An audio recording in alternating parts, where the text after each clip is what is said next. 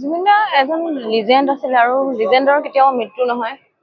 তেওঁ সংগীতৰ মাজে আমাৰ মাজত সদায় জীয়াই থাকিব। আকস্মিক মৃত্যু এইটো আমি সকলোৱে অপ্ৰস্তুত।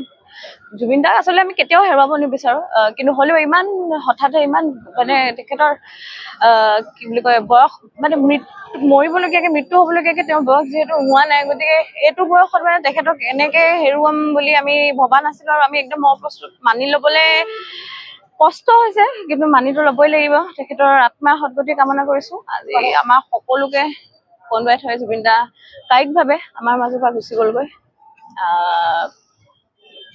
তেখেত য'তে আছে শান্তিত থাকক। আমি সদায় তেখেতক ভাল পাই যাম। আমাৰ হৃদয়ত যিটো স্থান আছে তেখেতৰ, এইটো কোনেও পূৰাব নোৱাৰে।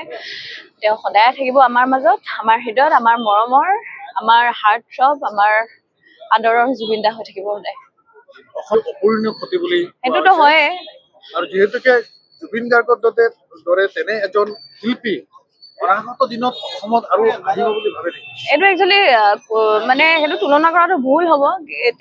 এতিয়ালৈকে জুবিন দা যি আমাৰ কাৰণে, অনাগত প্ৰজন্মৰ কথা নাজানো, আমাৰ সময়লৈকে মানে জুবিন দা নিচিনা ডাঙৰ সত্তা আৰু নাই।